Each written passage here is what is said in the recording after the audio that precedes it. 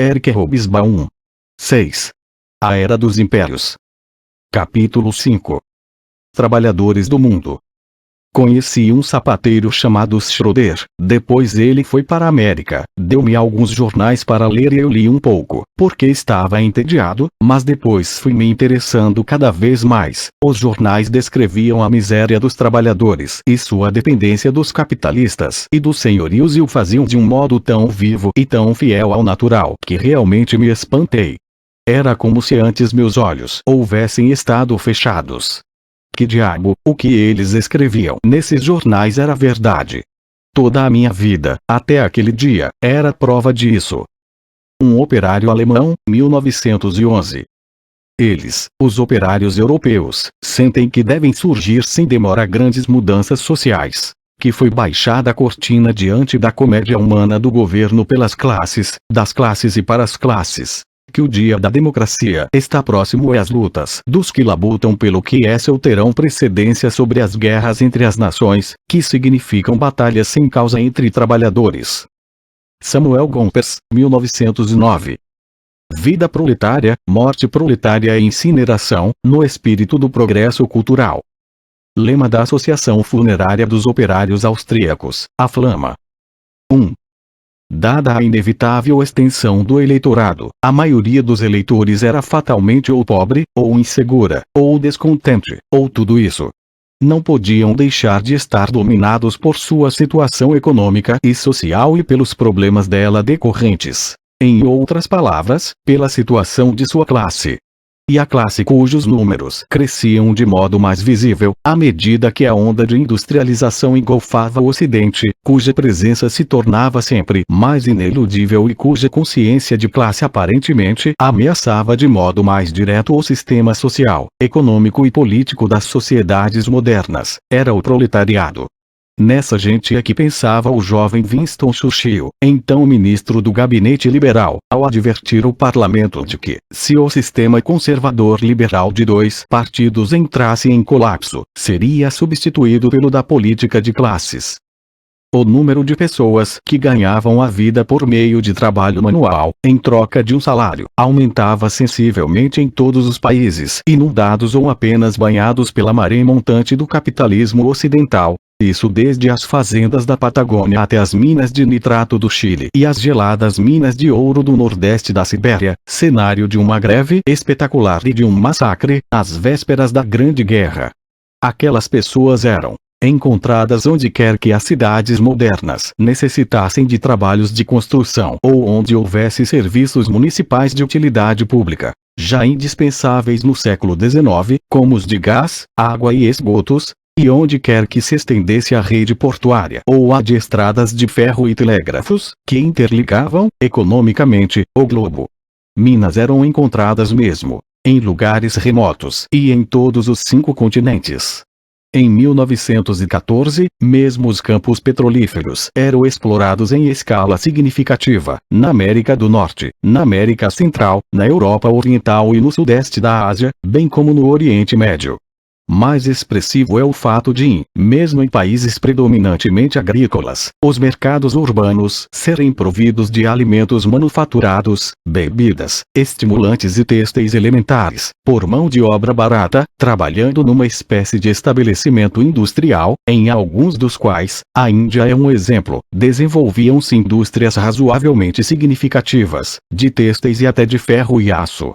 Todavia, o número dos assalariados multiplicava-se de modo espetacular, formando neste caráter classes reconhecidas, especialmente nos países em que a industrialização havia sido estabelecida desde longa data, e no crescente número de países que, conforme já vimos, entravam em seu período de revolução industrial entre 1870 e 1914, ou seja, sobretudo na Europa, na América do Norte, no Japão e em algumas áreas de maciça colonização branca, no além-mar.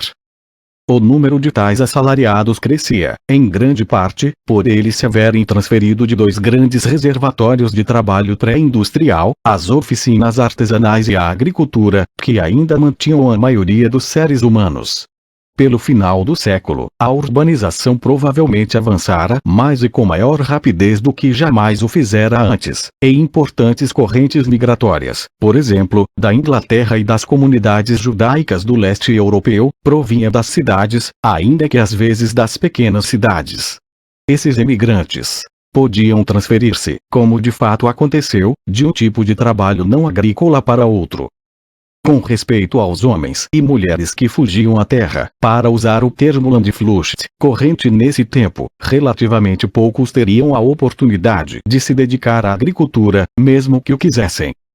Por um lado, a lavoura modernizada, e em processo de modernização, do Ocidente exigia relativamente menos braços do que antes, embora empregasse extensivamente trabalhadores migrantes sazonais, com frequência vindos de longe, e pelos quais os fazendeiros não tinham que ter responsabilidade, ao terminar o período sazonal de trabalho. Eram os Sachsenganger, vindos da Polônia para a Alemanha. As andorinhas italianas, na Argentina, o trabalhador itinerante, o viajante clandestino, e, já nesse tempo, os mexicanos nos Estados Unidos. Seja como for, o progresso agrícola significava menos gente a trabalhar na lavoura. Em 1910, a Nova Zelândia, que não possuía indústria digna de menção, dependia inteiramente de sua agricultura extremamente eficiente, especializada em gado e laticínios. 54% de sua população moravam nas cidades, e 40%, ou duas vezes a proporção da Europa, excluída a Rússia, empregavam-se em ocupações terciárias. Enquanto isso, a agricultura não modernizada das regiões atrasadas já não podia oferecer terra suficiente a futuros camponeses, que se multiplicavam nas aldeias.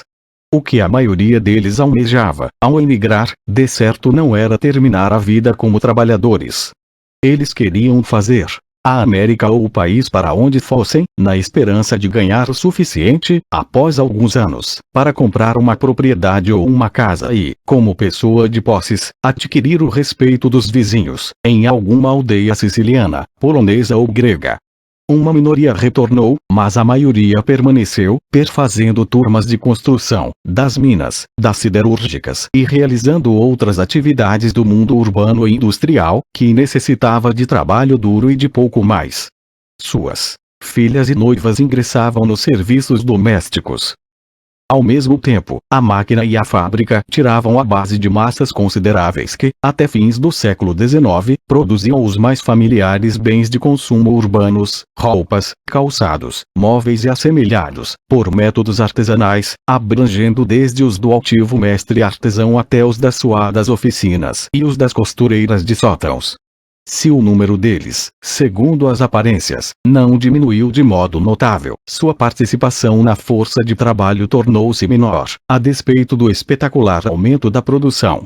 Assim, na Alemanha, o número de pessoas que se ocupavam de sapataria baixou ligeiramente entre 1882 e 1907, de 400.000 a 370.000, claramente a maior parte da produção adicional era fabricada em aproximadamente 1.500 fábricas importantes, cujos números haviam triplicado desde 1882 e que agora empregavam quase 6 vezes mais operários que naquele ano. E não em pequenas oficinas sem operários, ou com menos de 10 deles, e cujos números haviam baixado em 20%. Elas empregavam agora apenas 63% das pessoas que se ocupavam de sapataria, contra 93% em 1882.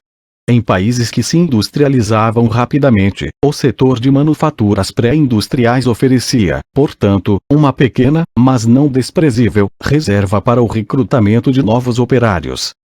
Por outro lado, o número dos proletários crescia também em ritmo impressionante nas economias que se industrializavam, impulsionado pelo apetite aparentemente ilimitado por força de trabalho nesse período de expansão econômica e, não menos, pela espécie de força de trabalho pré-industrial que ora se preparava para inundar seus setores em expansão. Na medida em que a indústria crescia ainda por uma espécie de casamento entre a destreza manual e a tecnologia a vapor, ou, como no caso da construção, não mudara realmente seus métodos, a demanda visava as antigas especialidades de ofício, ou especialidades adaptadas das antigas artesanias, como os dos ferreiros e serralheiros, para novas indústrias de maquinaria. Isto era expressivo, dado que os treinados trabalhadores diaristas de ofício, um grupo estabelecido de assalariados pré-industriais, formavam frequentemente o elemento mais ativo, instruído e autoconfiante do proletariado em desenvolvimento das economias principais. O líder do Partido Social Democrata era um torneiro, Auguste Bebel, e o do Partido Socialista Espanhol, um tipógrafo, Iglesias. Na proporção em que o trabalho industrial não era mecanizado, não requerendo qualificações especiais, estava não apenas ao alcance de boa parte de recrutas toscos, mas, por empregar muita mão de obra, multiplicava o seu número na proporção em que a produção aumentava.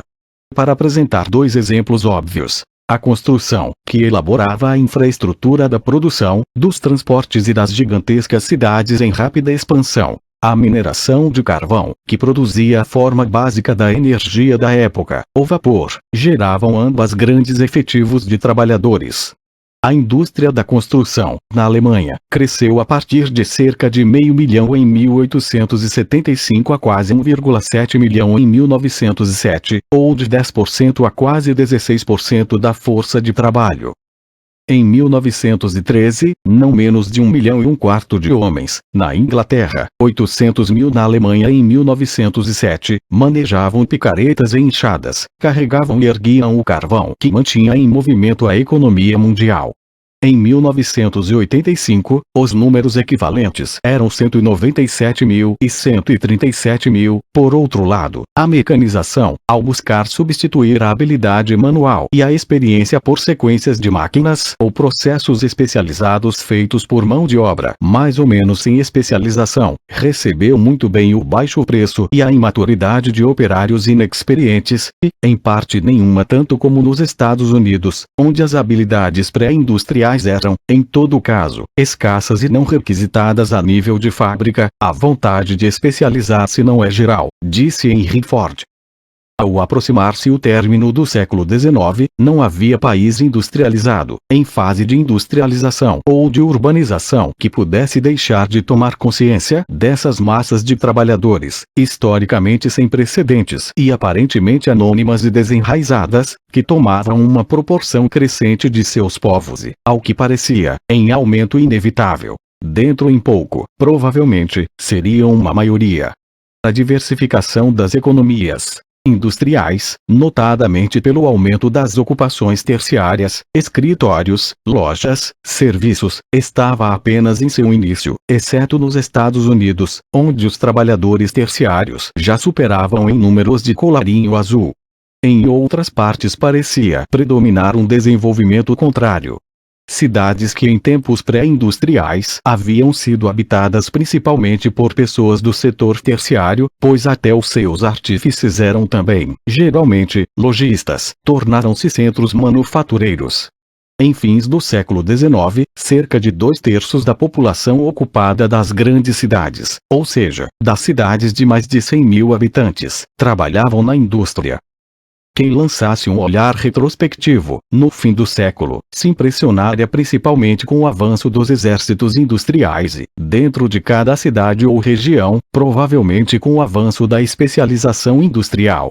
A cidade industrial típica, ou mais das vezes habitada por 50 mil a 300 mil pessoas, e é evidente que, no início do século, qualquer cidade de mais de 100 mil habitantes seria considerada muito grande, tendia a evocar uma imagem monocromática ou, na melhor das hipóteses, de 2 ou 3 matizes associados. Têxteis, em Roubaix ou Lodz, Dundee ou Lovell. Carvão, ferro e aço, isolados ou combinados, em Essen ou Middlesbrough. Armamentos e construção naval em Jarrow e Barrow. Produtos químicos em Ludwigshafen ou Widnes. A esse respeito ela diferia, em dimensão e variedade, da nova megalópolis de muitos milhões, fosse ou não a capital. embora algumas das grandes capitais fossem igualmente importantes centros industriais, Berlim, São Petersburgo, Budapeste, habitualmente não ocupavam posição central no padrão industrial de um país. Mais ainda, embora essas massas fossem heterogêneas e muito pouco uniformes, a tendência de trabalharem como componentes de firmas grandes e complexas, em fábricas de centenas e até de milhares de operários parecia ser universal, especialmente nos novos centros da indústria pesada. Kruppen e Essen, Vickers-Barrow, Armstrong e Neville-Castle avaliaram a dimensão de sua força de trabalho, em cada uma de suas fábricas, em dezenas de milhares. Aqueles que trabalhavam nesses gigantescos pátios e fábricas eram minoria. Mesmo na Alemanha, o número médio de pessoas empregadas em unidades de mais de 10 trabalhadores, em 1913, era apenas de 23, 24, mas essa minoria era cada vez mais visível e potencialmente ameaçadora. E, qualquer que seja o estabelecido pelo historiador, o fato é que para os contemporâneos a massa dos operários era enorme, e indiscutivelmente crescia, lançando uma escura sombra sobre a ordem estabelecida na sociedade e na política. O que aconteceria, na verdade, se os operários se organizassem politicamente como classe? Foi precisamente o que aconteceu, em escala europeia e com extraordinária velocidade. Onde quer que a política democrática e eleitoral permitisse, apareciam em cena, crescendo com rapidez assustadora, os partidos de massas baseados na classe operária, em sua maior parte inspirados na ideologia do socialismo revolucionário, pois todo socialismo era, por definição, considerado revolucionário, e liderados por homens e às vezes por mulheres, que acreditavam nessa ideologia. Em 1890, mal chegavam a existir, com a importante exceção do Partido Social Democrata Alemão, recentemente, 1875, unificado e já uma respeitável força eleitoral. Em 1906, já eram de tal modo levados em conta que um estudioso alemão publicou um livro sobre o tema Por que não existe socialismo nos Estados Unidos. A existência de partidos operários e socialistas de massas era já a regra. A ausência deles é que surpreendia. De fato, por volta de 1914, havia partidos socialistas de massas mesmo nos Estados Unidos, onde o candidato do partido, em 1912, recebeu quase 1 milhão de votos. Havia-os igualmente na Argentina, onde o partido teve 10% dos votos em 1914, enquanto na Austrália um partido trabalhista admitidamente não socialista já formava o governo federal desde 1912. No que diz respeito à Europa, os partidos socialistas e trabalhistas eram forças eleitorais respeitáveis em quase toda parte em que as condições o permitiam. Eram, na realidade, minorias, mas em alguns estados, notadamente na Alemanha e na Escandinávia, já eram os maiores partidos nacionais, detendo até 35, 40% do voto nacional, e cada uma das extensões do direito ao voto revelava que as massas industriais estavam prontas para escolher o socialismo. E essas massas não só votavam como organizavam-se em gigantescos exércitos. O Partido Trabalhista Belga, em seu pequeno país, contava com 276 mil membros em 1911. O grande SPD alemão, com mais de 1 milhão. E as organizações de operários menos diretamente políticas, ligadas a tais partidos e não raro por eles fundadas, eram ainda mais maciças, sindicatos e sociedades cooperativas.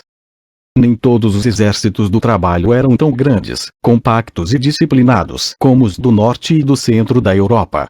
Mesmo, porém, onde os partidos operários consistiam em grupos de ativistas irregulares, ou em militantes locais prontos para liderar as manifestações que ocorressem, os novos partidos operários e socialistas deviam ser levados a sério. Era um fator expressivo na política nacional. Assim, o Partido Francês, cujos 76 mil membros, em 1914, não eram tantos nem unidos, elegeu, não obstante, 103 deputados, em virtude de seus 1,4 milhão de votos.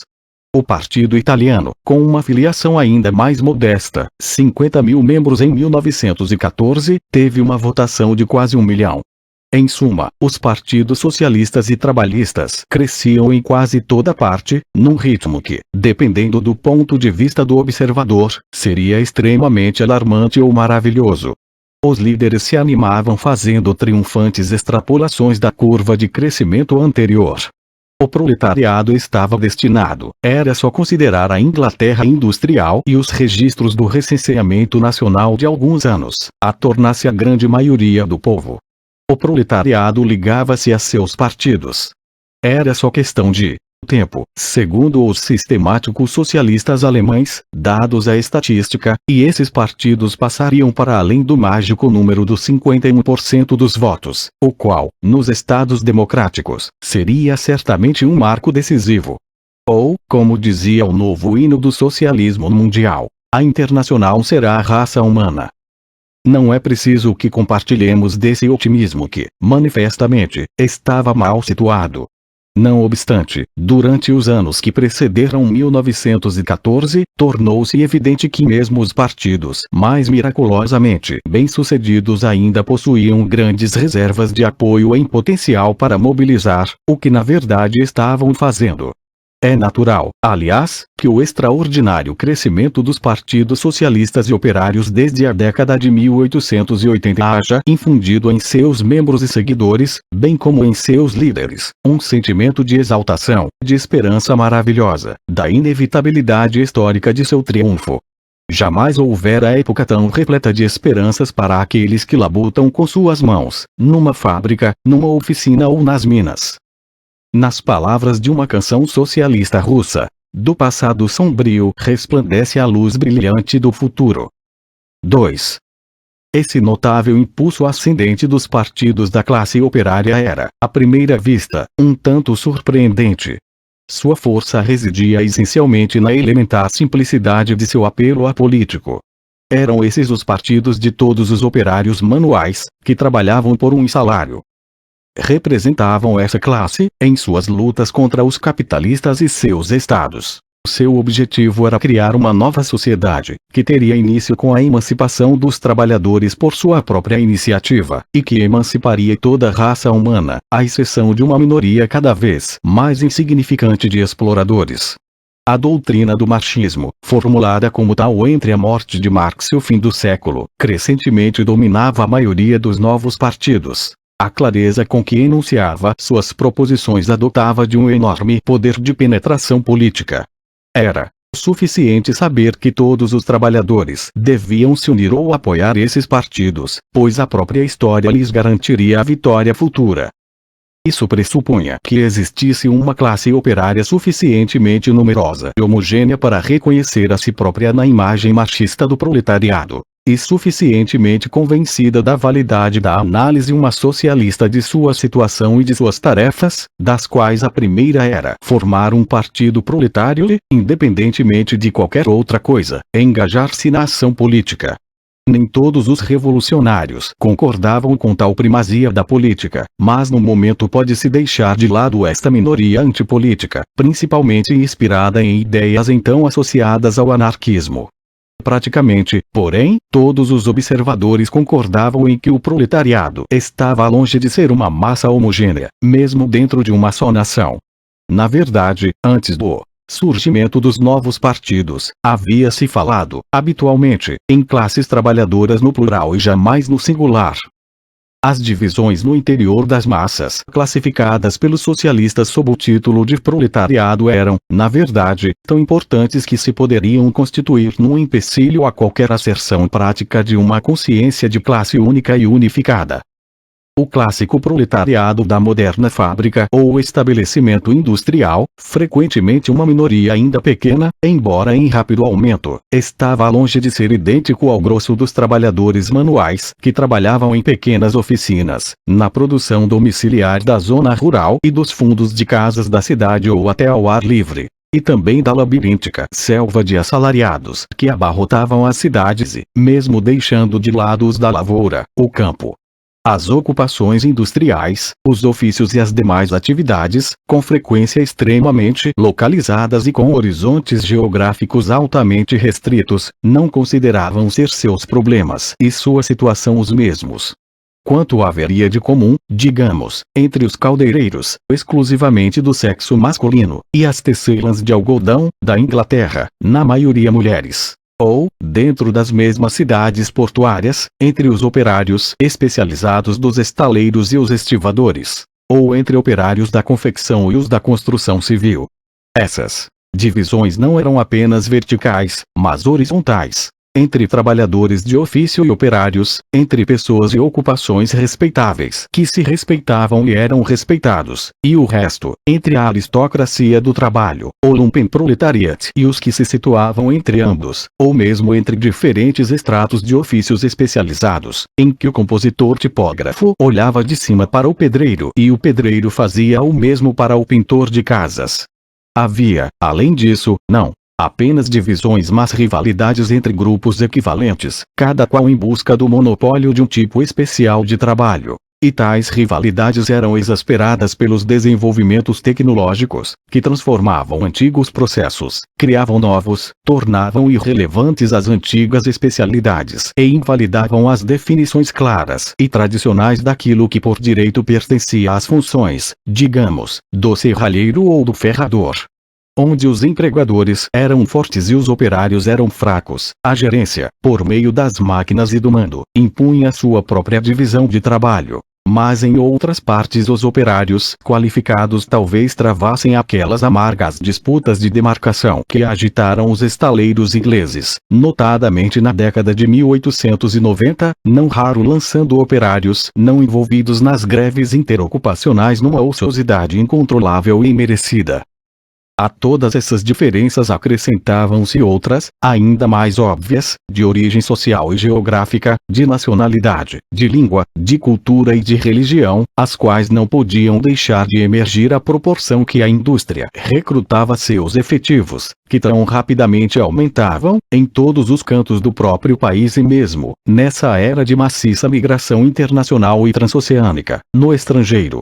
Aquilo, portanto, que de um ponto de vista poderia parecer uma concentração de homens e mulheres numa única classe operária seria talvez considerado, de outro, como gigantesca dispersão de fragmentos da sociedade, uma diáspora de velhas e novas comunidades.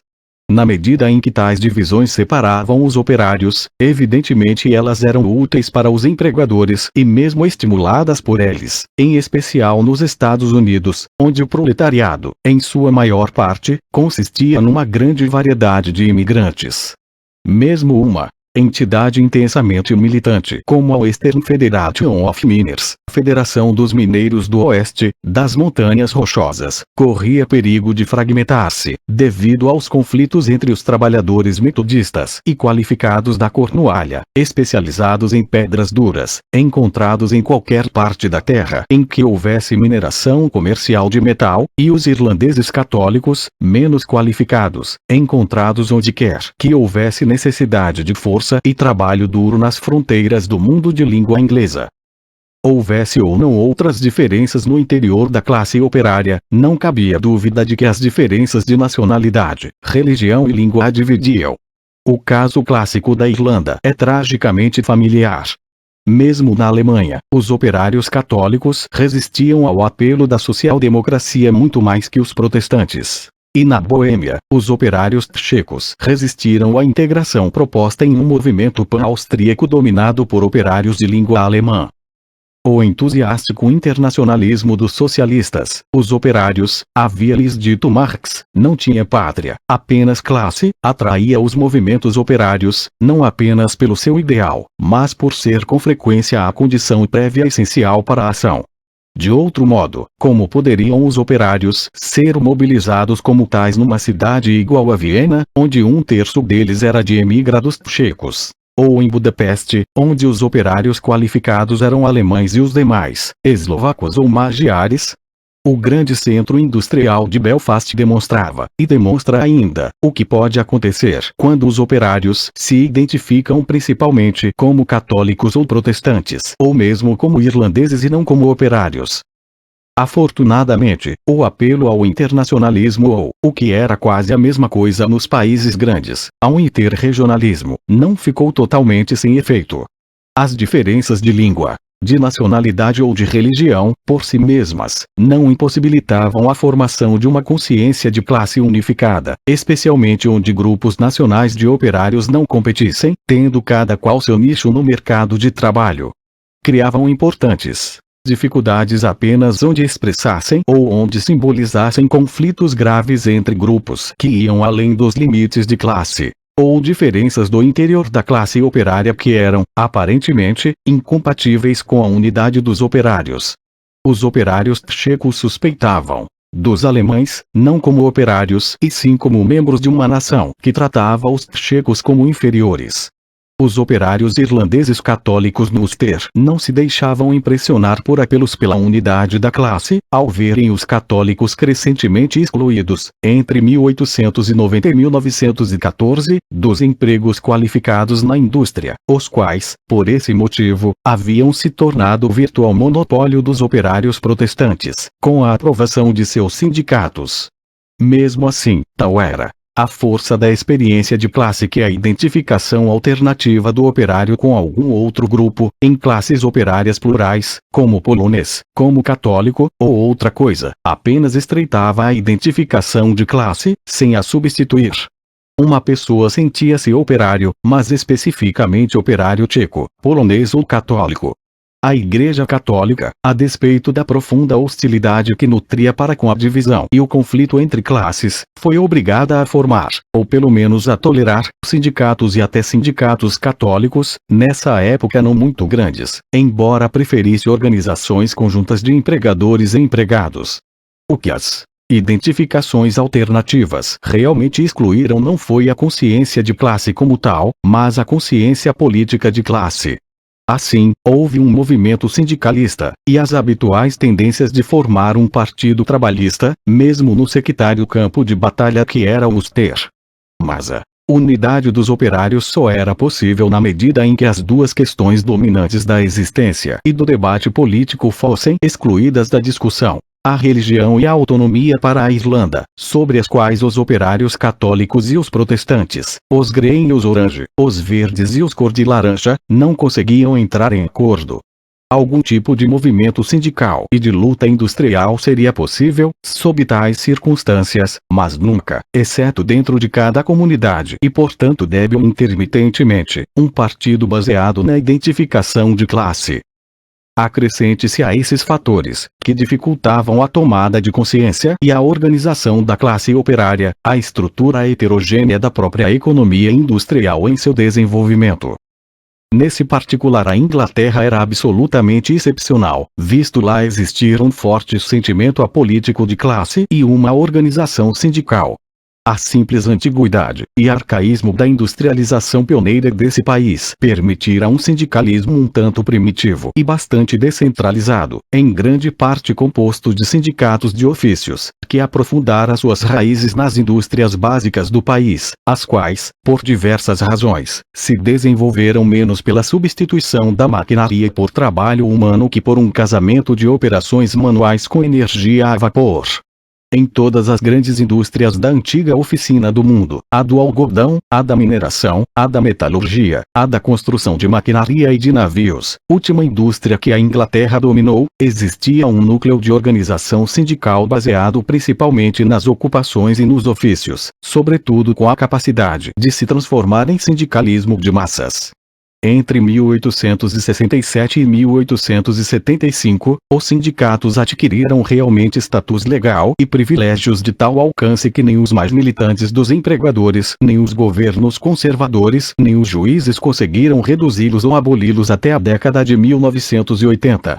A organização sindical não estava simplesmente presente e aceita. Era poderosa, especialmente no local de trabalho. Esse excepcional e mesmo único poder operário criaria, no futuro, problemas crescentes para a economia industrial britânica. E na verdade, mesmo durante nosso período, criou grandes dificuldades para os industriais que desejavam mecanizá-lo ou administrá-lo. Antes de 1914, os industriais malograram nos casos mais decisivos, mas para nossos propósitos é suficiente anotar a anomalia da Inglaterra a esse respeito. A pressão política pode ajudar a reforçar o poder de fábrica, sem que efetivamente tenha que substituí-lo. Em outros lugares a situação era bastante diversa. De modo geral, os sindicatos funcionavam apenas à margem da indústria moderna, especialmente a de grande escala, em oficinas, nos canteiros de obras e em pequenas e médias empresas. A organização, em teoria, podia ser nacional, mas na prática era extremamente localizada e descentralizada. Em países como a França e a Itália, seus agrupamentos efetivos eram as alianças entre pequenos sindicatos locais, agrupados em volta de salões operários locais. A Federação Sindical Nacional Francesa, CGT, requeria apenas um mínimo de 3 sindicatos locais para constituir um sindicato nacional. Nas grandes fábricas da moderna indústria os sindicatos eram desimportantes. Na Alemanha, a força da social-democracia, com seus sindicatos livres, não se fazia sentir nas indústrias pesadas da região do Reno e do Ruhr. Nos Estados Unidos, o sindicalismo nas grandes indústrias foi virtualmente eliminado na década de 1890, e não retornaria antes da década de 1930, mas sobreviveu nas indústrias de pequeno porte e nos sindicatos de ofício da construção civil, protegido pelo localismo do mercado das grandes cidades, onde a rápida urbanização, para não mencionar a política do suborno e dos contratos da municipalidade, proporcionava maior campo de ação. A única alternativa real ao sindicato local de pequenos grupos de trabalho organizado e ao sindicato de ofício, de operários em sua maioria qualificados, era a mobilização, ocasional e raramente permanente, de massas de trabalhadores em greves intermitentes. Mas isso era também quase sempre localizado. Houve algumas extraordinárias exceções, entre as quais distinguiram-se os mineiros, por sua verdadeira diferença em relação aos carpinteiros e charuteiros, os ferreiros mecânicos, os tipógrafos e os demais artesãos assalariados que formavam os quadros normais da classe operária dos novos movimentos proletários. De um modo ou de outro, essas massas de homens robustos que trabalhavam nas trevas, quase sempre morando com suas famílias em comunidades isoladas e tão impeditivas e áridas quanto suas minas, ligados entre si pela solidariedade do trabalho e da comunidade e pela dura e perigosa atividade, mostravam uma marcante propensão para engajar-se em lutas coletivas. Mesmo na França e nos Estados Unidos, os mineiros de carvão formaram, pelo menos intermitentemente, poderosos sindicatos. Dada a dimensão do proletariado das minas e suas notáveis concentrações regionais, seu papel potencial nos movimentos operários, e na Inglaterra, real, poderia ser enorme. Dois outros setores parcialmente imbricados do sindicalismo não artesanal merecem atenção: o dos transportes e o dos funcionários públicos. Os servidores do Estado eram ainda excluídos das organizações operárias, até na França que, mais tarde, seria o baluarte dos sindicatos de servidores públicos, o que retardou de modo marcante a sindicalização das estradas de ferro, frequentemente de propriedade do Estado. Contudo, mesmo as estradas de ferro particulares revelaram-se difíceis de serem organizadas, fora dos amplos e pouco populosos espaços, onde o fato de serem indispensáveis oferecia uma considerável vantagem estratégica àqueles que nelas se empregavam, especialmente aos maquinistas e aos tripulantes dos trens. As companhias de estradas de ferro eram, de longe, as maiores empresas da economia capitalista e quase impossíveis de sindicalizar, exceto no conjunto daquilo que poderia ser uma rede de extensão quase igual à do país. Em 1890, a London and North Western Railway Company, companhia de estradas de ferro de Londres e do Noroeste, por exemplo, controlava 65 mil operários, num sistema de 7 mil quilômetros de linha e 800 estações. Em contraste, o outro setor-chave dos transportes, o marítimo, era extremamente localizado nos portos de mar em torno deles, onde, por sua vez, toda a economia tendia a circular. Aqui, portanto, qualquer greve nas docas propendia a tornar-se uma greve geral dos transportes que, a seu turno, poderia vir a ser uma greve geral.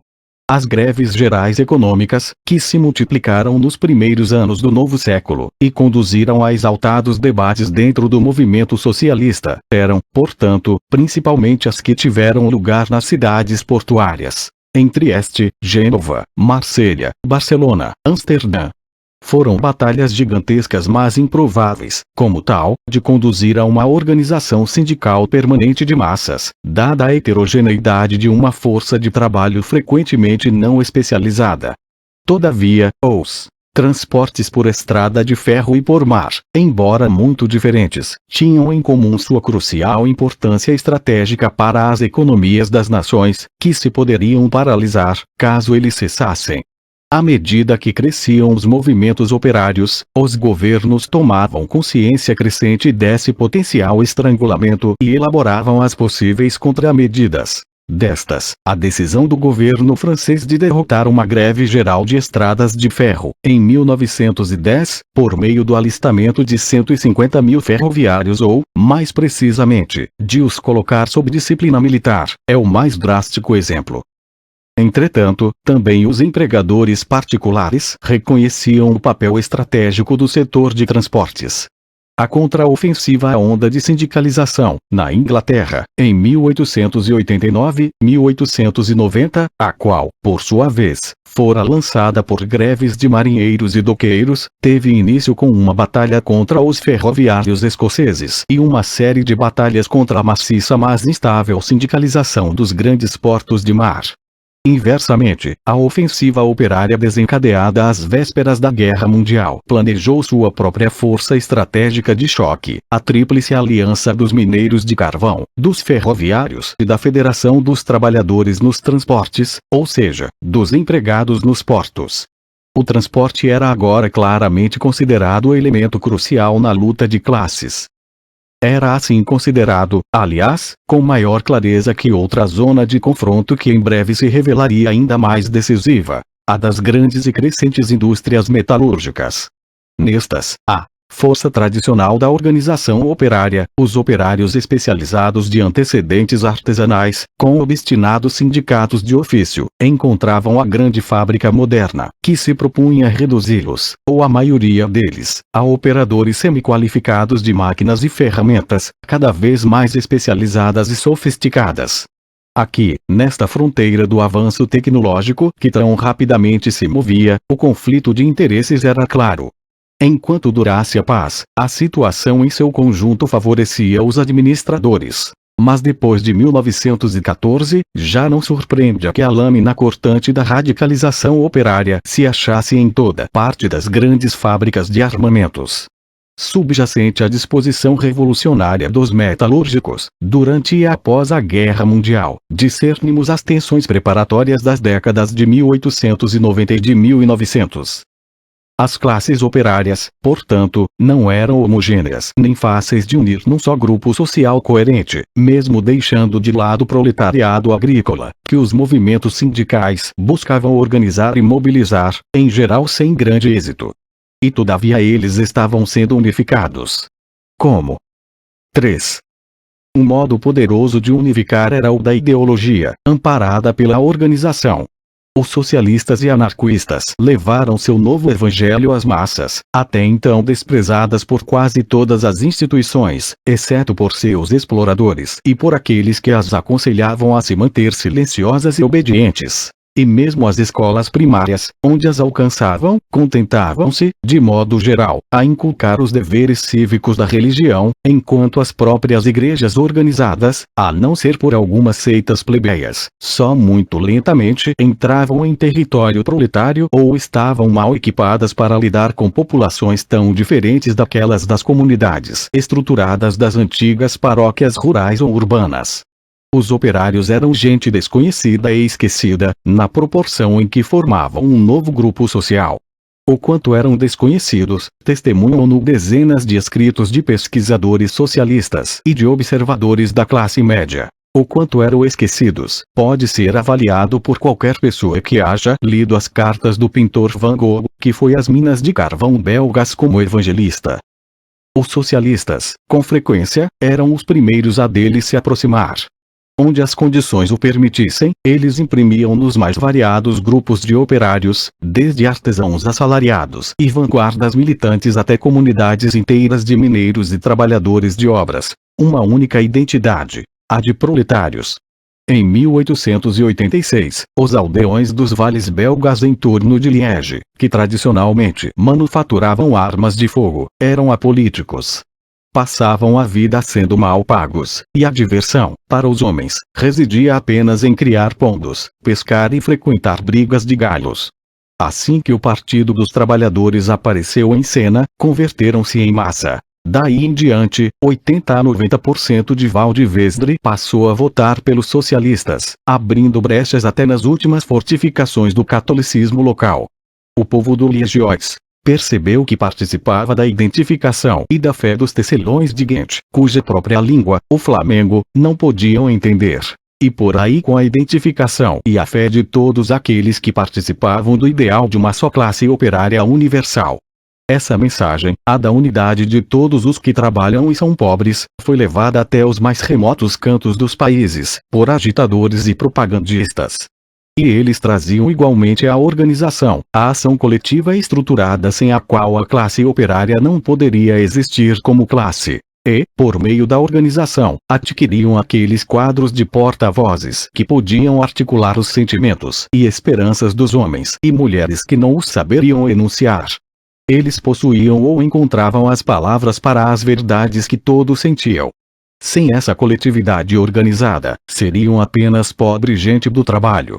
Pois o antigo corpus de sabedoria, os provérbios, ditados e canções, que formulara a Weltanschauung dos trabalhadores pobres do mundo pré-industrial, já não bastava.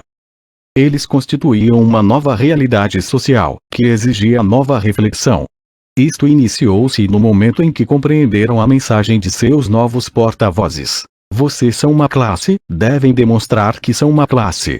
Por isso, em casos extremos, era suficiente que os novos partidos simplesmente pronunciassem seu nome, o Partido dos Trabalhadores. Ninguém, exceto os militantes do novo movimento, trazia essa mensagem de consciência de classe aos trabalhadores.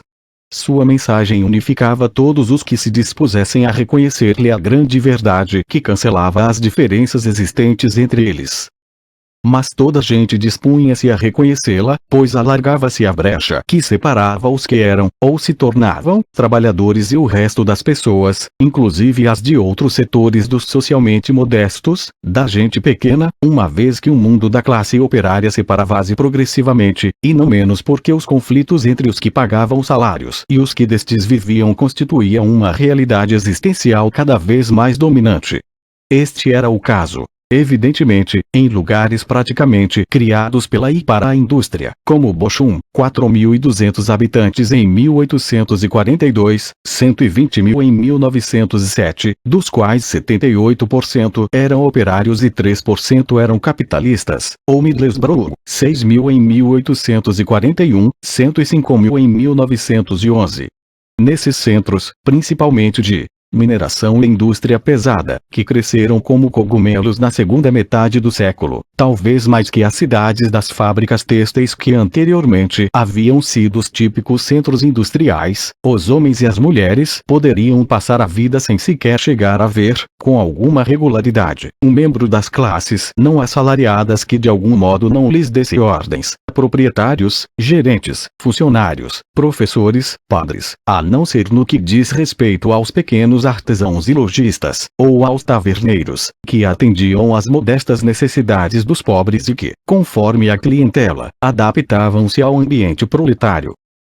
Em Bochum, a produção para consumo incluía, sem contar com os habituais padeiros, açougueiros e cervejeiros, algumas centenas de costureiras e 48 modistas, mas apenas 8 lavadeiras, 6 fabricantes de chapéus e gorros, 8 peleteiros e, o que é significativo, nenhuma pessoa que fabricasse o símbolo característico dos tatus da classe média e alta, as luvas.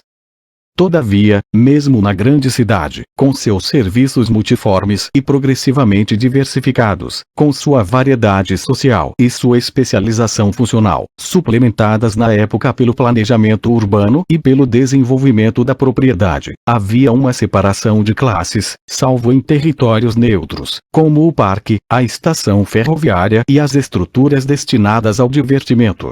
O velho bairro popular declinou, com a nova segregação social. Em Lyon, Lacroix-Rousse, antiga cidadela dos turbulentos tecelões da seda, que de lá desciam para o centro da cidade, foi descrito em 1913 como um bairro de pequenos empregados. O enxame de operários abandonara o Planalto e as ladeiras que a ele davam acesso. Os operários haviam se transferido da velha para a outra margem do Ródano, onde estavam as fábricas. Progressivamente, a cinzenta uniformidade dos novos bairros operários, expelidos das áreas centrais da cidade, espalhava-se por toda parte. Por Wedding-Neukölln, em Berlim, por Favoriten-Ottakring, em Viena, por Poplar-Westan, em Londres, contrapartidas dos bairros e subúrbios das classes média e média-baixa, que rapidamente se desenvolviam. Isso é. Muito discutida crise do setor artesanal tradicional empurrou alguns grupos de mestres artesãos para a direita radical, anticapitalista e antiproletária, como aconteceu na Alemanha. Poderia igualmente, como na França, intensificar-lhes o jacobinismo anticapitalista ou o radicalismo republicano. Quanto aos assalariados e aprendizes, dificilmente poderiam deixar de se convencer de que agora nada mais eram senão proletários. E não era natural para as pressionadas indústrias domésticas proto-industriais, frequentemente, como era o caso dos tecelões em tear manual, em simbiose com as primeiras fases do sistema de fábrica, que se identificassem com a situação proletária.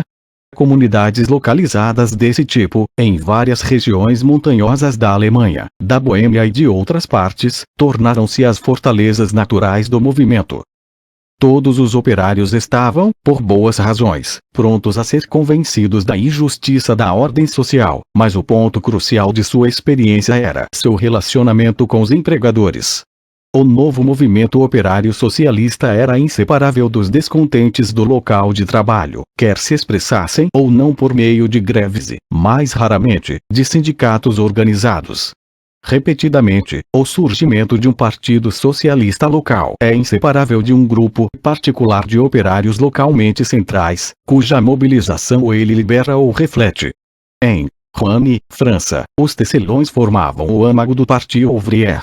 Quando a tecelagem organizou-se nessa região, em 1889-1891, os cantões rurais subitamente mudaram de política, passando da reação para o socialismo, e o conflito industrial passou para a organização política e a atividade eleitoral.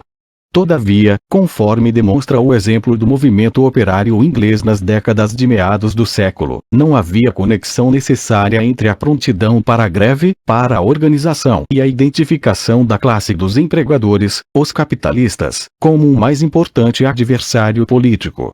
Na verdade, uma frente comum unira, tradicionalmente, aqueles que trabalhavam e produziam, os operários, artesãos, lojistas e burgueses contra os ociosos e contra o privilégio, os que acreditavam no progresso, uma coalizão que também atravessou os limites da classe, contra a reação.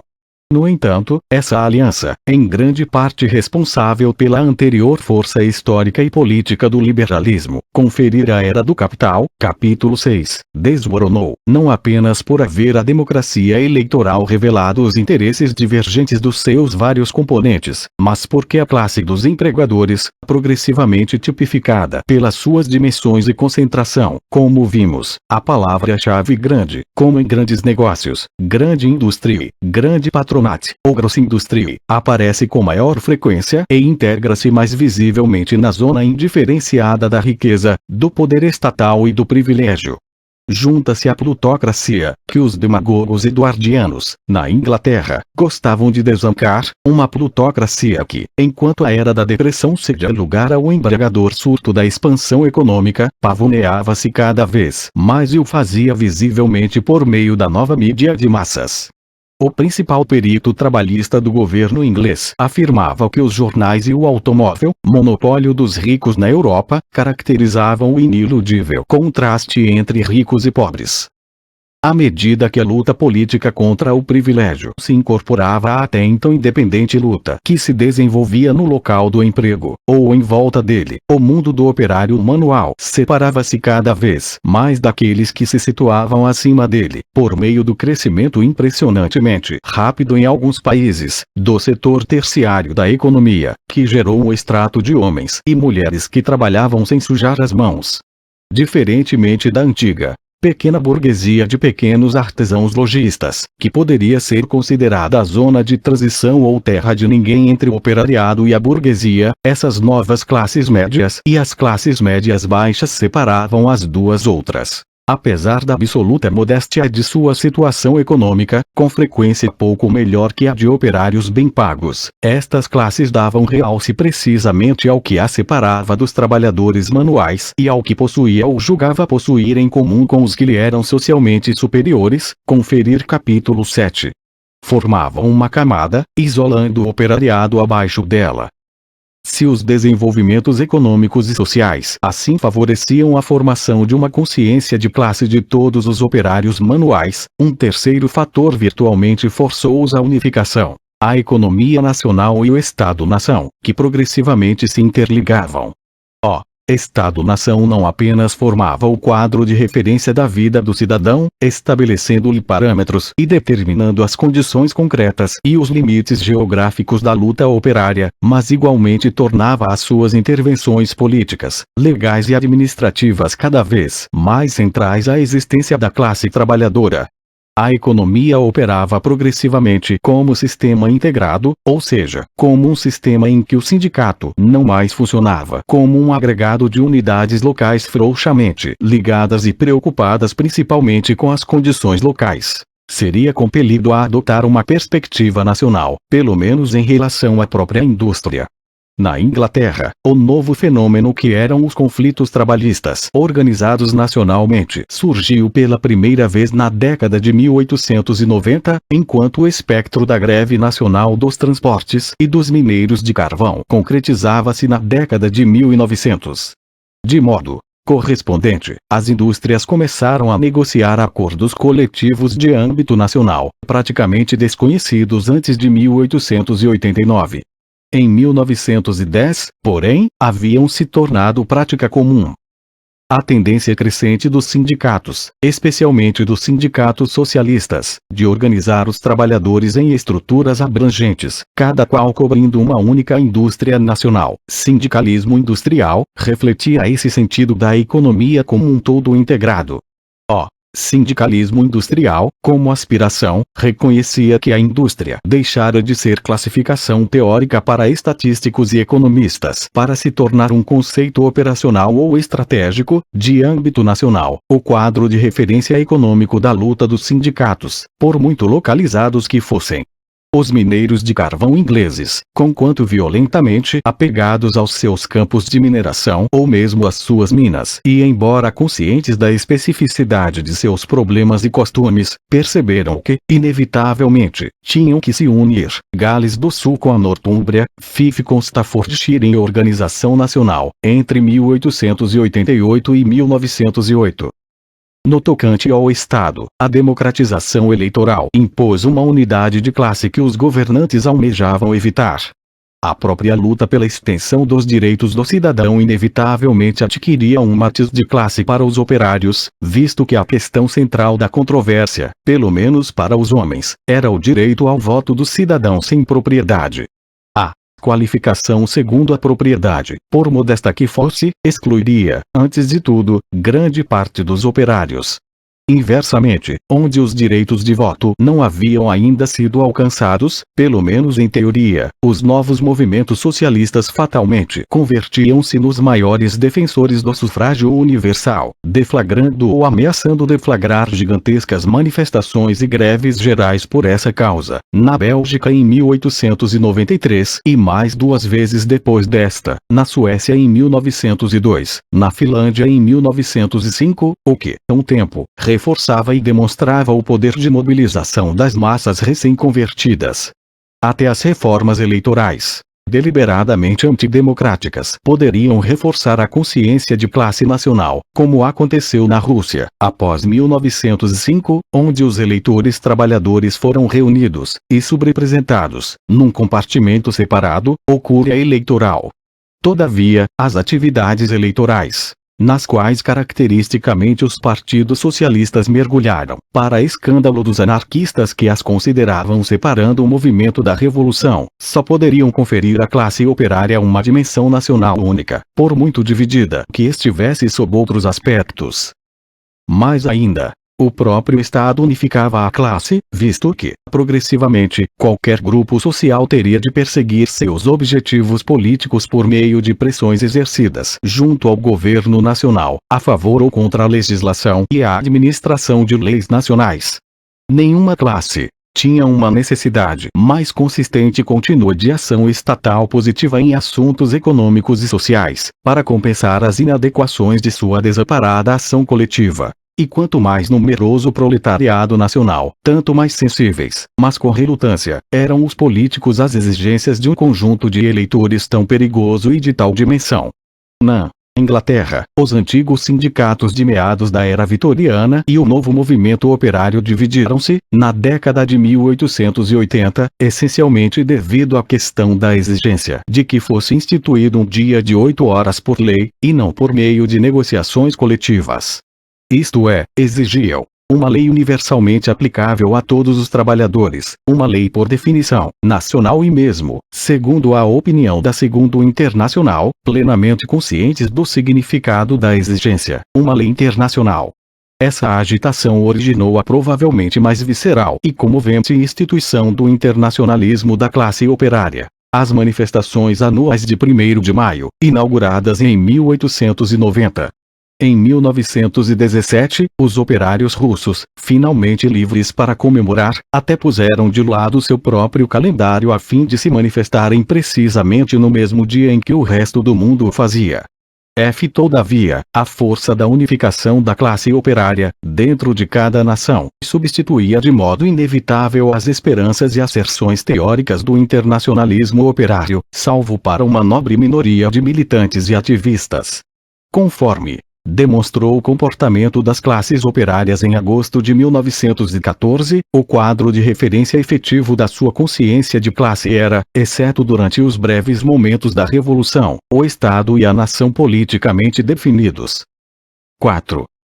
Não é possível e sequer necessário examinar aqui o pleno alcance das variações geográficas, ideológicas, nacionais, regionais e outras, reais ou potenciais, referentes ao tema geral da formação das classes operárias de 1870-1914 como grupos sociais conscientes e organizados. Evidentemente, este ainda não era o caso em alguma medida expressiva para aquela parte da humanidade cuja pele era de matiz diferente, como na Índia e naturalmente no Japão, mesmo quando seu desenvolvimento industrial já era inegável. Esse avanço da organização de classe não era cronologicamente uniforme. Acelerou-se, porém, no decorrer de 2 curtos períodos. O primeiro grande avanço ocorreu entre o final da década de 1880 e os primeiros anos de 1890, marcadas, ambas, pela reinstituição de uma Internacional dos Trabalhadores, a segunda, para a distinguir da Internacional de Marx de 1864-1872, e por aquele símbolo da confiança e da esperança da classe operária, o 1º de maio.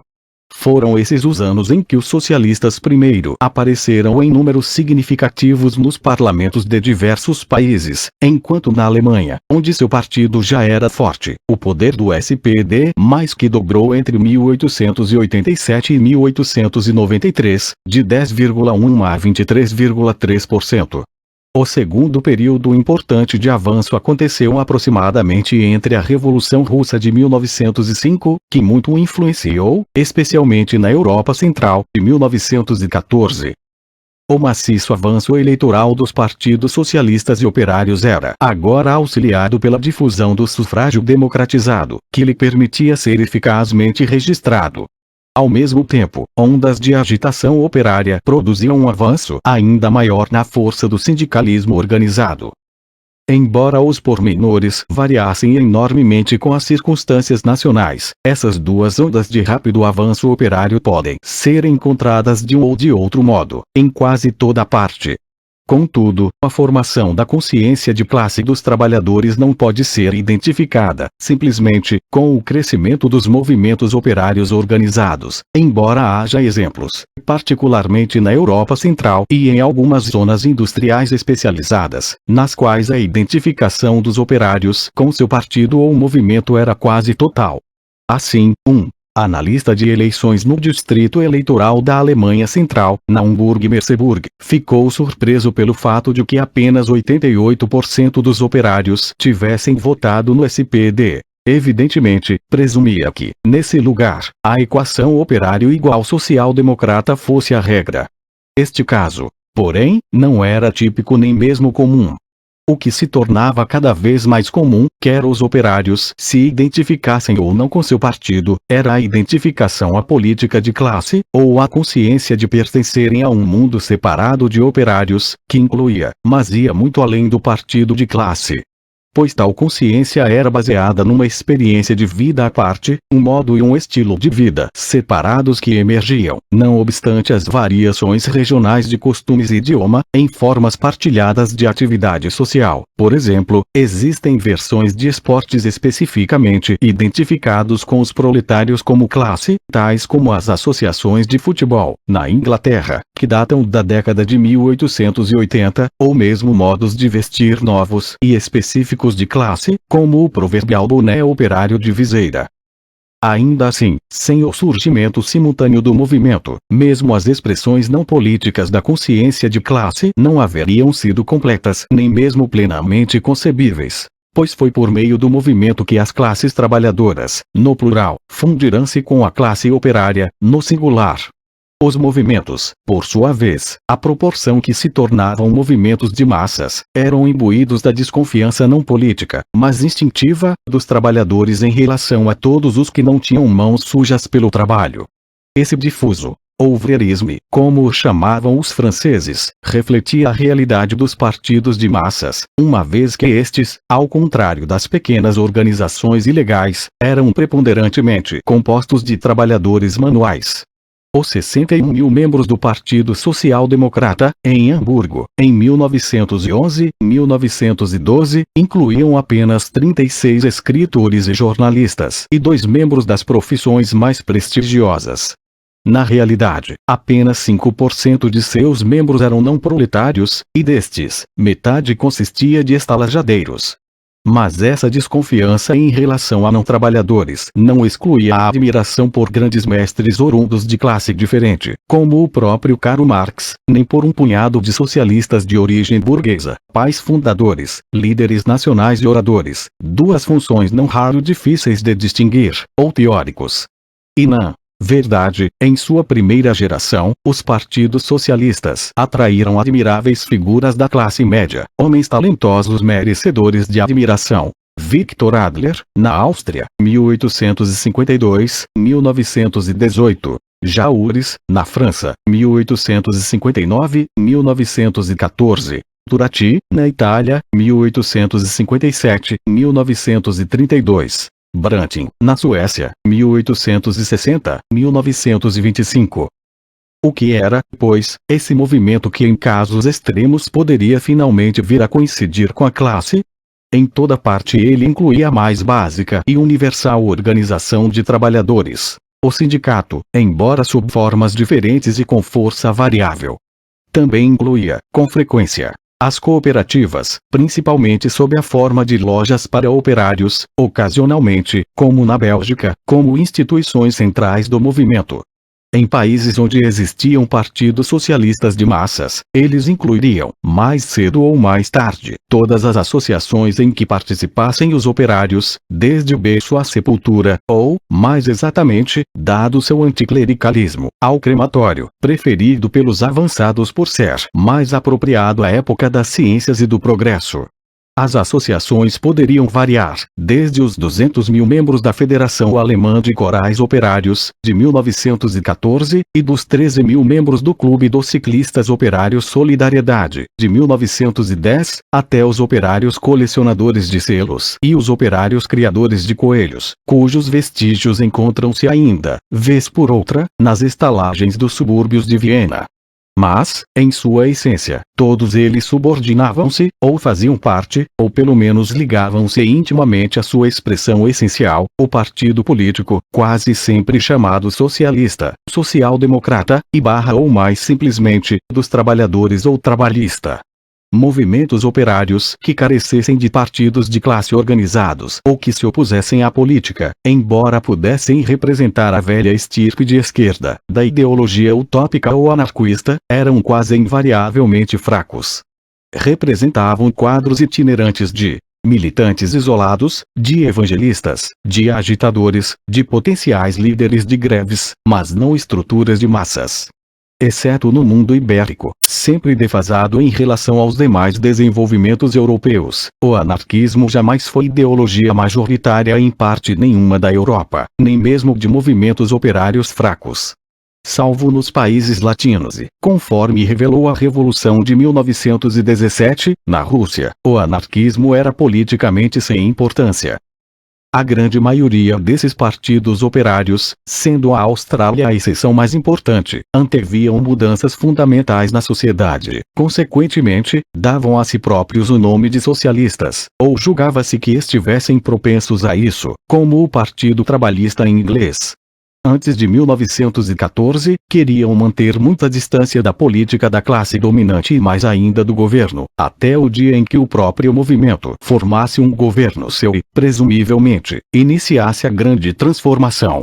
Líderes trabalhistas que se haviam deixado tentar por compromissos com partidos da classe média e com os governos eram execrados, salvo quando guardavam silêncio completo, como no caso de J.R. Macdonald sobre os arranjos eleitorais com os liberais, que pela primeira vez deram ao Partido Trabalhista em inglês uma expressiva representação parlamentar, em 1906.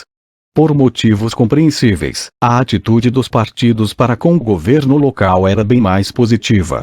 Talvez a razão principal pela qual tantos partidos como esse hastearam a bandeira vermelha de Karl Marx tenha sido porque ele, mais que qualquer outro teórico de esquerda, lhes tenha dito três coisas que pareciam igualmente plausíveis e animadoras: que nenhum melhoramento previsível, dentro do atual sistema, mudaria a situação básica dos trabalhadores como tais, a sua exploração, que a natureza do desenvolvimento capitalista, que ele longamente analisara, tornava a derrubada da presente sociedade e sua substituição por outra, nova e melhor, bastante incerta, e que a classe operária, organizada em partidos de classe, seria a criadora e a herdeira de um glorioso futuro.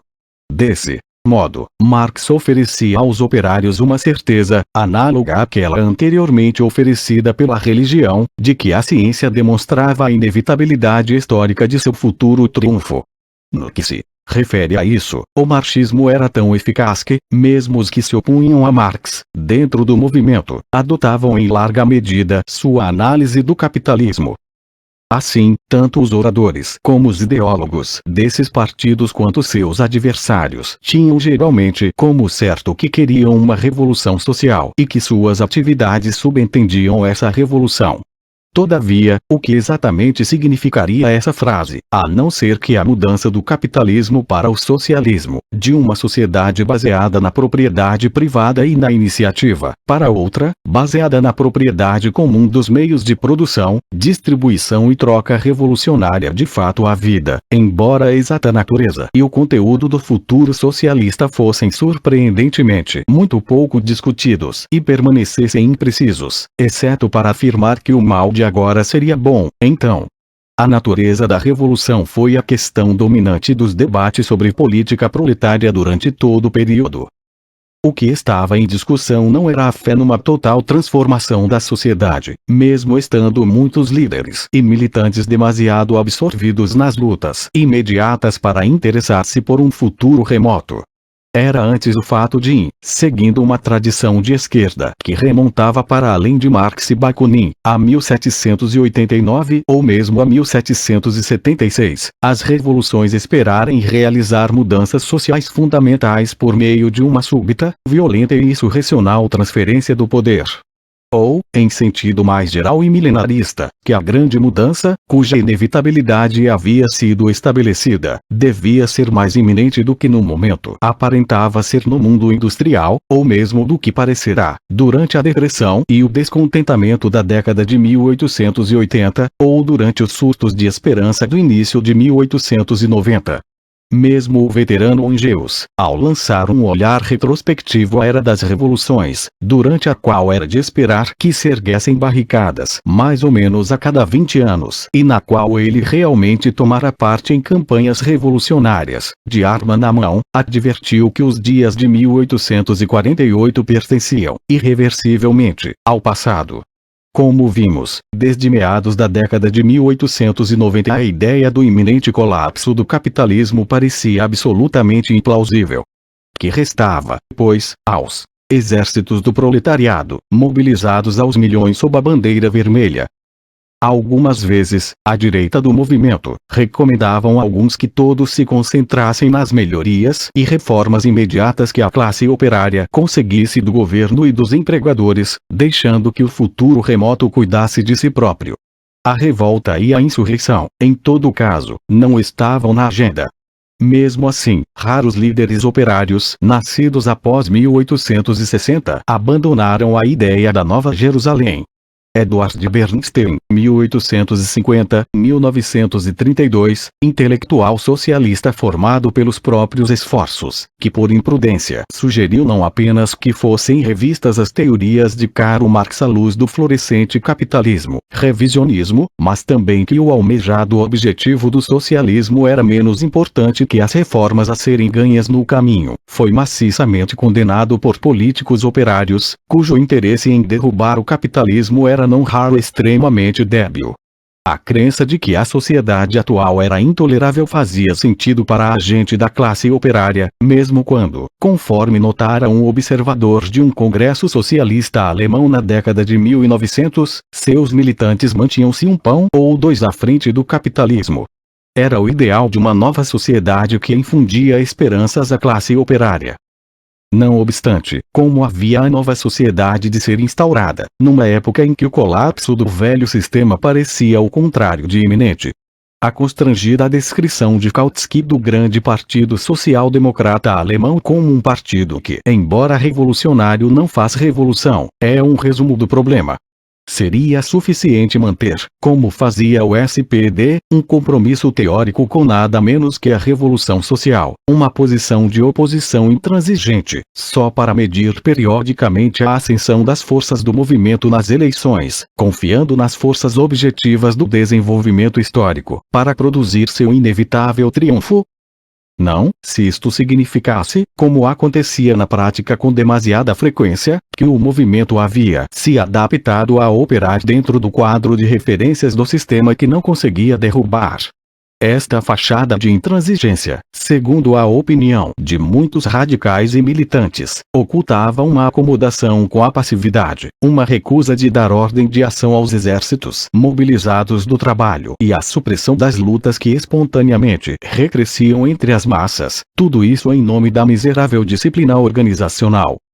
O que a dispar, mas após 1905 crescente, esquerda radical rejeitava, com seus rebeldes, seus militantes sindicalistas de base, seus intelectuais dissidentes e seus revolucionários, eram os partidos proletários de massas, em sua opinião inevitavelmente reformistas e burocratizados, em virtude de estarem engajados em certos tipos de ação política. Os argumentos contra eles eram muito semelhantes, quer os da predominante ortodoxia marxista, como habitualmente era o caso no continente, ou os dos antimarxistas à moeda fabiana, como na Inglaterra. A esquerda radical preferia, em vez disso, confiar na ação direta proletária, que contornava o perigoso pântano da política e culminava, idealmente, em algo parecido com uma greve geral revolucionária. O sindicalismo revolucionário, que prosperara na década anterior a 1914, sugere, como o próprio nome indica, um casamento entre revolucionários sociais extremados e a militância sindicalista descentralizada, associada em variáveis graus às ideias anarquistas. Floresceu, fora da Espanha, principalmente como ideologia de algumas centenas ou de milhares de militantes sindicalistas proletários e de um punhado de intelectuais, durante a segunda fase do crescimento e da radicalização do movimento, que coincidiu como uma considerável internacionalmente difundida inquietação operária, e com muita incerteza nos partidos socialistas, sobre o que exatamente poderiam ou deveriam estar fazendo. Entre 1905 e 1914, o típico revolucionário ocidental era provavelmente uma espécie de sindicalista revolucionário que, paradoxalmente, rejeitava o marxismo como ideologia de partidos que faziam uso dele como escusa para não tentar fazer revolução. Isto era um tanto injusto para com o espírito de Marx, visto que o impressionante, em relação aos partidos proletários de massa do Ocidente que hasteavam sua bandeira em seus mastros, era a real modéstia do papel neles desempenhado por Marx. As crenças básicas dos líderes e militantes desses partidos eram frequentemente impossíveis de ser distinguidas da esquerda não marxista radical operária ou jacobina. Todos eles acreditavam, de igual modo, na luta da razão contra a ignorância e a superstição, isto é, o clericalismo, na luta do progresso contra o sombrio passado, na ciência, na educação, na democracia e na trindade secular liberdade, igualdade e fraternidade. Mesmo na Alemanha, onde quase um em 3 cidadãos votava no Partido Social Democrata que se declarara formalmente marxista em 1891, o Manifesto Comunista, antes de 1905, era publicado em edições de apenas 2.000 a 3.000 exemplares, e a obra ideológica mais popular nas bibliotecas operárias era aquela, cujo título se explica a si mesmo: Darwin versus Moisés. Na verdade, havia escassez mesmo de intelectuais marxistas nativos. Os principais teóricos da Alemanha eram importados do Império Habsburgo, como Kautsky e Ferdinand, ou do Império do Czar, como Parvus e Rosa Luxemburgo. Ao oriente de Praga e Viena havia abundante provisão de marxismo e de intelectuais marxistas.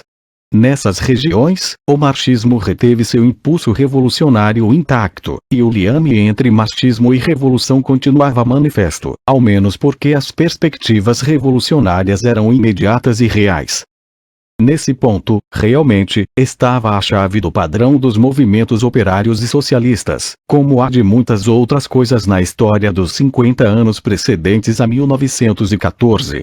Esses movimentos surgiram nos países da Revolução Dual e na própria zona da Europa Ocidental e Central, na qual toda pessoa politizada referia-se à maior das revoluções do passado, a da França, de 1789. E onde todo habitante das cidades que houvesse nascido no mesmo ano de Waterloo, no decurso de 60 anos de vida haveria, provavelmente, passado pelo menos por 2, ou talvez 3 revoluções, em primeira ou segunda mão.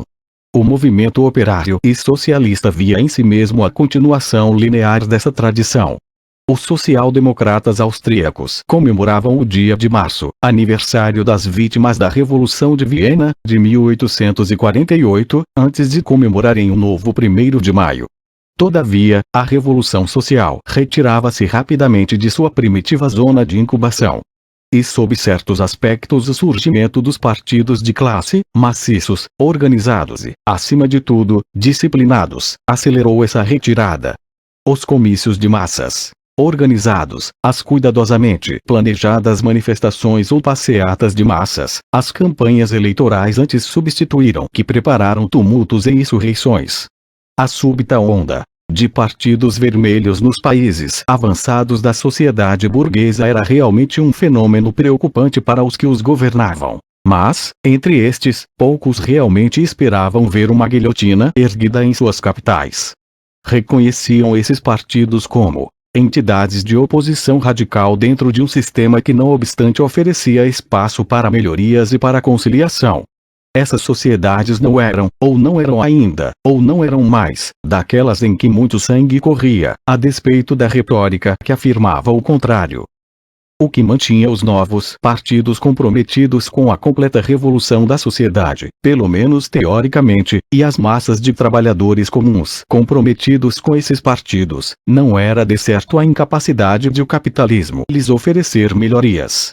Era o fato de, até onde a maioria dos trabalhadores que esperavam melhorias podia julgar, todos os aperfeiçoamentos expressivos provinham, em primeiro lugar, da ação e da organização deles próprios, como classe. Na verdade, sob certos aspectos, a decisão de preferir o caminho dos melhoramentos coletivos excluía as demais opções. Nas regiões da Itália em que os trabalhadores pobres e sem terra se organizaram em sindicatos e cooperativas, eles não escolheram a alternativa da imigração em massa. Quanto mais vigoroso era o senso da comunidade e da solidariedade da classe trabalhadora, tanto mais fortes as pressões sociais no sentido que se mantivessem dentro dela, embora isso não excluísse, especialmente no caso de grupos como o dos mineiros, a ambição de proporcionar aos filhos a escolaridade que os afastaria das minas. O que havia, subjacente às convicções socialistas dos militantes da classe trabalhadora e à aprovação das massas era, mais que qualquer outra coisa, o mundo segregado imposto a um novo proletariado.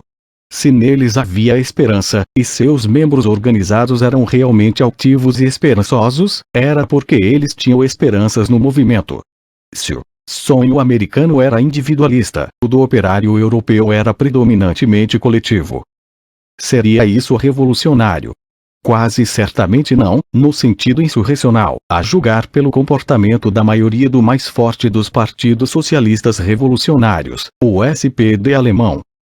Mas existia na Europa um vasto cinturão semicircular de pobreza e inquietação, no qual a revolução efetivamente estava na agenda, e, pelo menos numa de suas partes, realmente irrompeu. Estendia-se a partir da Espanha, passando por grande parte da Itália, e dirigia-se ao Império Russo, através da Península Balcânica. A revolução imigrava da Europa Ocidental para a Oriental, em nosso período. Examinaremos a sorte da zona revolucionária do continente e do globo, logo abaixo. Aqui notaremos apenas que, no leste, o marxismo reteve suas conotações explosivas originais. Após a Revolução Russa, retornou ao Ocidente e expandiu-se novamente para o leste, como a quintessência da ideologia da Revolução Social, assim permanecendo durante grande parte do século XX. Entretanto, a brecha na comunicação entre socialistas que usavam a mesma linguagem teórica alargava-se quase sem que o percebessem, até que sua dimensão foi subitamente revelada na explosão da Guerra de 1914, quando Lenin, de longa data admirador da ortodoxia social-democrata alemã, descobriu que seu principal teórico era um traidor. 5. Embora na maioria dos países os partidos socialistas, a despeito de divisões nacionais e confessionais, evidentemente estivessem a caminho de mobilizar a maioria das classes trabalhadoras, era inegável que, salvo na Inglaterra, o proletariado não era, ou, como afirmavam confiantes os socialistas, não era ainda, nem de longe a maioria da população. Assim que os partidos socialistas adquiriram base de massa, deixando de ser seitas de propaganda e agitação, ou grupos de quadros ou dispersos baluartes locais de convertidos, tornava-se evidente que não podiam confinar sua atenção exclusivamente à classe operária.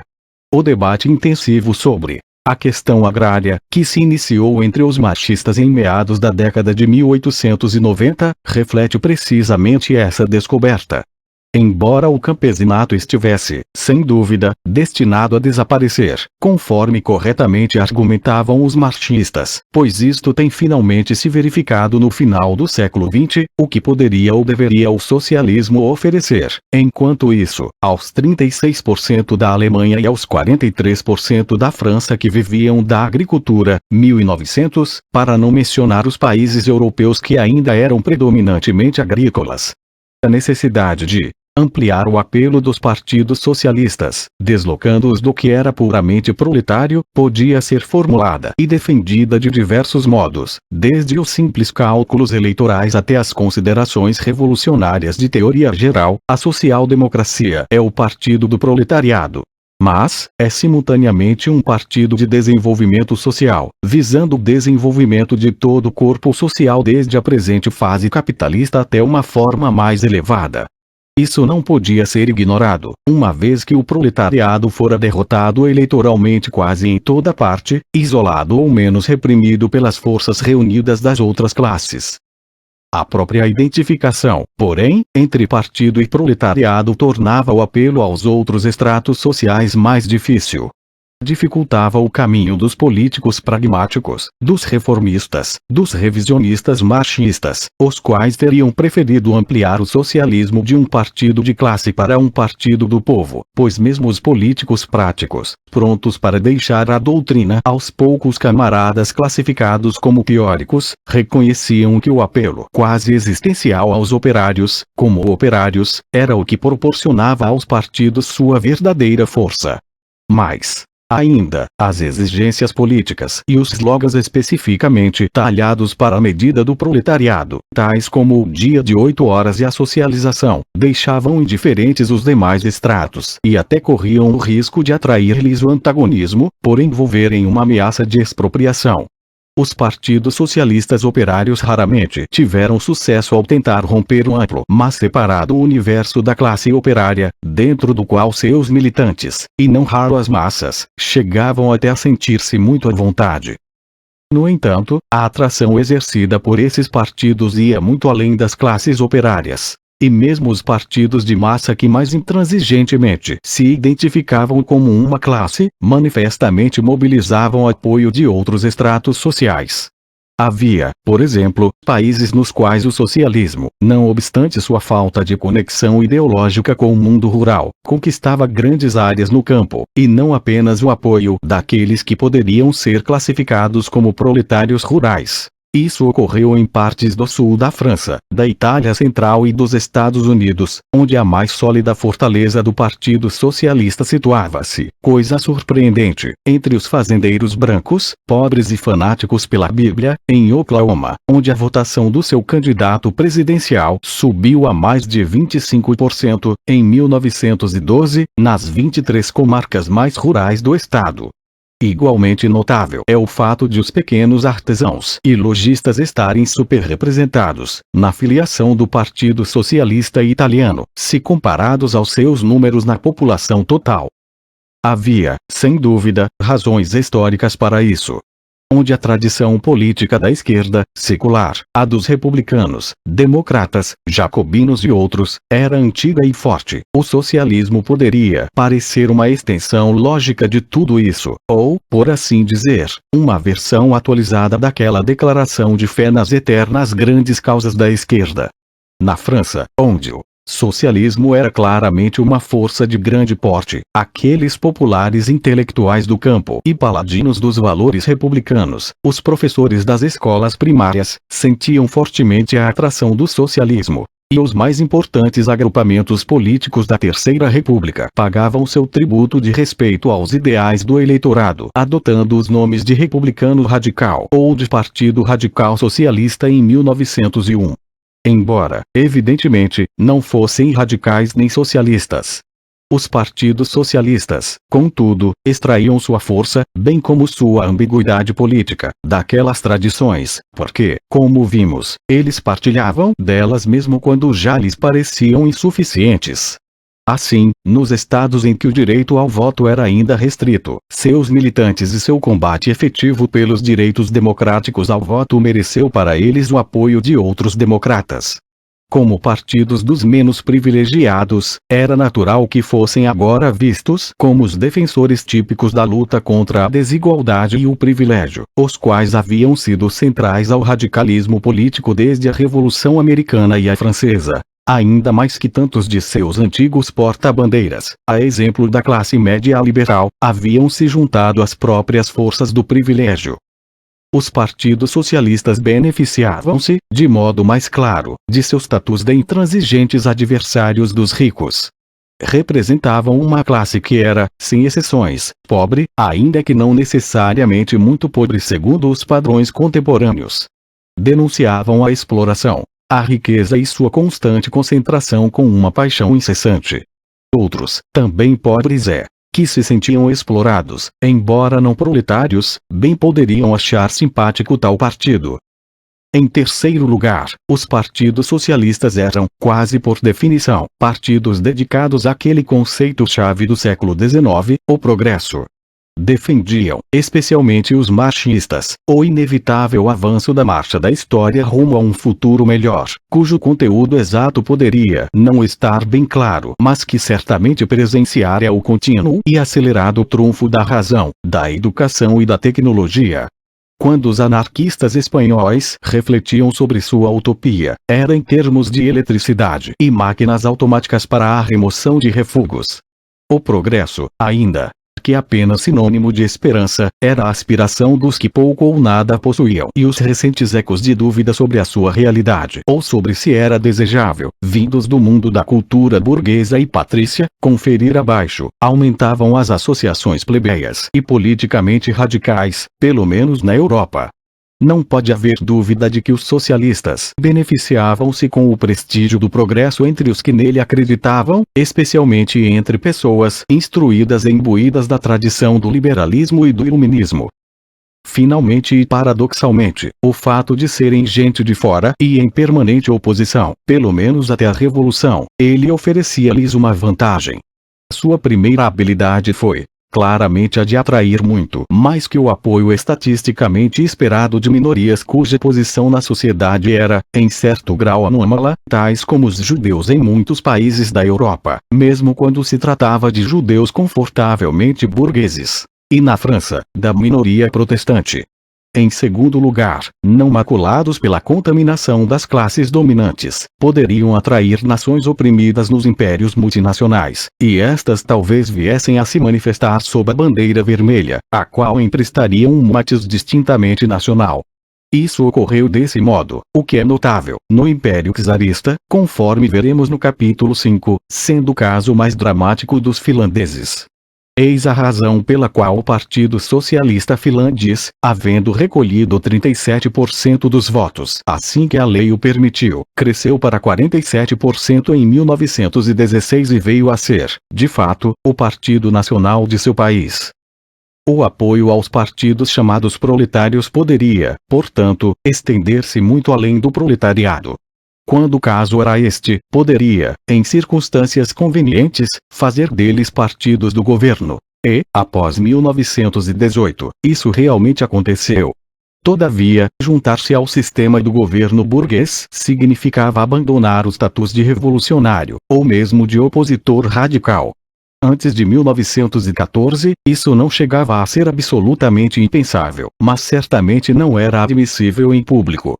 O primeiro socialista que aderiu a um governo burguês, embora com a desculpa da unidade na defesa da República contra a iminente ameaça da reação, Alexandre Millerand, 1889, subsequentemente ele se tornou presidente da França, foi solene e ignominiosamente expulso do movimento nacional internacional. Antes de 1914, nenhum político socialista sério teria sido tolo ao ponto de perpetrar tal erro. De fato, na França, o Partido Socialista só participou de um governo em 1936. Pelo menos, em sua fachada, os partidos permaneceram puros e intransigentes até a guerra. Contudo, uma última pergunta deve ser feita. É possível escrever a história das classes trabalhadoras de nossa época simplesmente em termos de suas organizações de classe, não necessariamente apenas as socialistas, ou daquela consciência genérica de classe, expressa nos estilos de vida e nos padrões de comportamento do gueto que era o mundo do proletariado? Apenas na medida em que sentiam e se comportavam como membros de tal classe. Esta consciência poderia estender-se a uma grande distância, a paragens absolutamente inesperadas, tais como as dos ultradevotos tecelões assidindo de chales rituais judaicos, num canto perdido da Galícia, Colômbia, que entraram em greve contra seus empregadores, com o auxílio dos socialistas judeus da localidade.